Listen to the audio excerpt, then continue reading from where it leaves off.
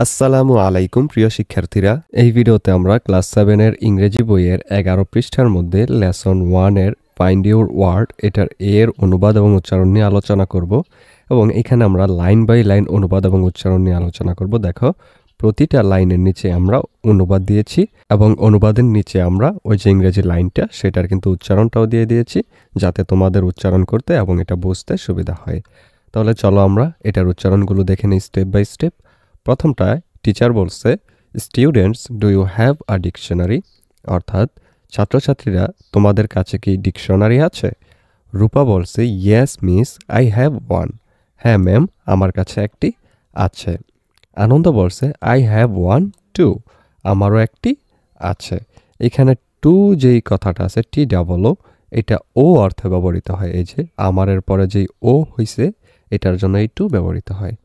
এরপর দেখো, টিচার বলছে, do you know how to look up a word in a dictionary, ডিকশনারিতে কিভাবে শব্দ খুঁজে পেতে হয় তা কি তোমরা জানো?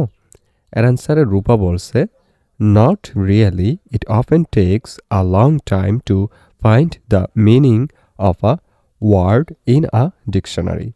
সত্যি বলতে না, ডিকশনারিতে কোনো শব্দের অর্থ খুঁজে পেতে অনেক সময় লাগে। Teacher, how about you Anand, তোমার কথা কি আনন্দ?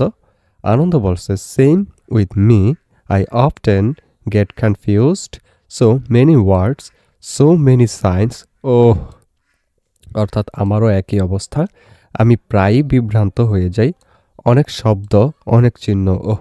এখানে এই যে একটা ওয়ার্ড অফেন, এটাকে তুমি দুইভাবে উচ্চারণ করতে পারো। একটা হলো অফটেন, আমি প্রথমে যেটা বলেছি, এবং এটাকে তুমি বলতে পারো অফেন, এখানে টি এর উচ্চারণটা বাদ দিয়ে অফেন অথবা অফটেন। এখানে শুধু আমরা অফেনটা লিখে দিয়েছি কারণ ব্রিটিশরা এটা বলে, আর যারা আমেরিকান তারা বলে অফটেন। এরপর টিচার বলছে, it's because you haven't learned how to look up a word quickly in a dictionary, এটা কারণ তোমরা ডিকশনারিতে দ্রুত শব্দ খুঁজে পাওয়ার উপায় শেখনি।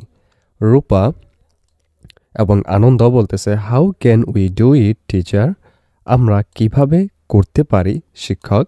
টিচার বলছে, okay let's start with a page from a dictionary, ঠিক আছে আমরা ডিকশনারির একটি পৃষ্ঠা দিয়ে শুরু করি।